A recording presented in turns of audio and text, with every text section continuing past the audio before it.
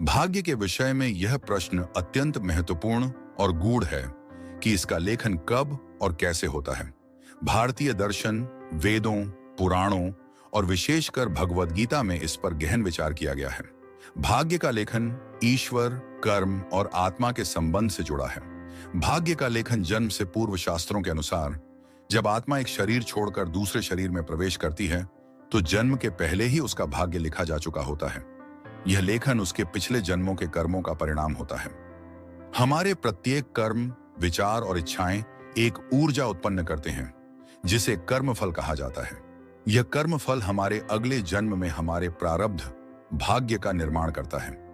आत्मा को मोक्ष प्राप्ति तक 84 लाख योनियों में भटकना पड़ता है। हर जन्म में किए गए कर्म आत्मा के अगले जीवन को निर्धारित करते हैं। भाग्य का निर्माण और लेखन कैसे होता है?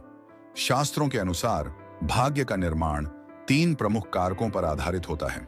यह वह भाग है जो पहले ही निश्चित हो चुका है और वर्तमान जीवन में इसके परिणाम भोगने पड़ते हैं।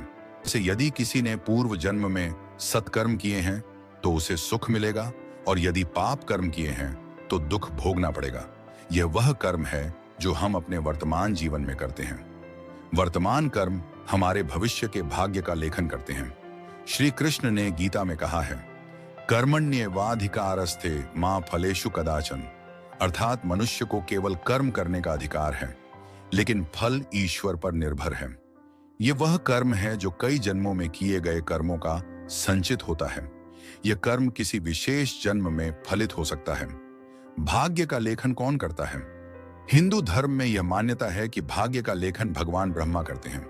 यह कहा जाता है कि जब एक जीव जन्म लेता है तो भगवान ब्रह्मा उसके जीवन की रूपरेखा उसके कर्मों के अनुसार लिखते हैं। इसे भाग्य की लिपि कहा जाता है। ईश्वर के लेखन में समय और स्थान का कोई बंधन नहीं होता।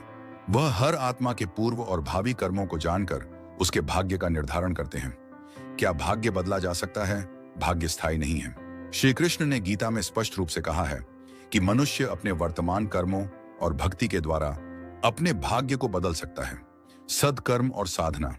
वर्तमान में किए गए सद्कर्म हमारे संचित और प्रारब्ध कर्मों को बदल सकते हैं। ईश्वर की कृपा।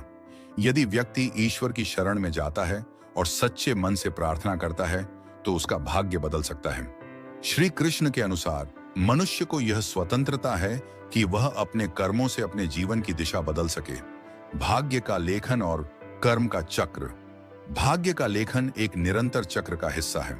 यह चक्र निम्न प्रकार से चलता है। कर्म। मनुष्य जो भी करता है वह एक ऊर्जा उत्पन्न करता है। फल। कर्म के अनुसार फल मिलता है जो भाग्य का हिस्सा बनता है। नया कर्म। वर्तमान के कर्म नए भाग्य का निर्माण करते हैं। चक्र का निरंतर चलना। यह चक्र तब तक चलता रहता है जब तक आत्मा मोक्ष प्राप्त नहीं करती। भाग्य और ईश्वर का संबंध। ईश्वर को सर्वज्ञ कहा जाता है, अर्थात वे हर आत्मा के कर्म और उनके परिणाम को पहले से जानते हैं। हालांकि वे किसी को उसके कर्मों का फल देने में पक्षपात नहीं करते। भाग्य का लेखन कर्म और धर्म के सिद्धांतों पर आधारित है। शास्त्रों और संतों ने ऐसे उपाय बताए हैं जिनसे मनुष्य अपने भाग्य को सकारात्मक दिशा में ले जा सकता है। सत्कर्म और सेवा। दूसरों की भलाई करना भाग्य को सुधारता है। भक्ति और ध्यान। ईश्वर की आराधना और ध्यान करने से कर्मों का नकारात्मक प्रभाव कम होता है। सत्य और धर्म का पालन।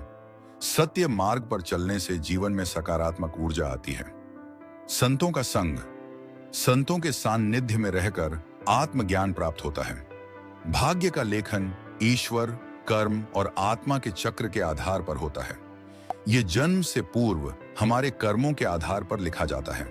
हालांकि यह निश्चित नहीं है और इसे वर्तमान कर्म, भक्ति और प्रयासों से बदला जा सकता है। श्री कृष्ण की वाणी हमें यह सिखाती है कि भाग्य को समझने और उसे सही दिशा में ले जाने का मुख्य साधन हमारे कर्म ही हैं।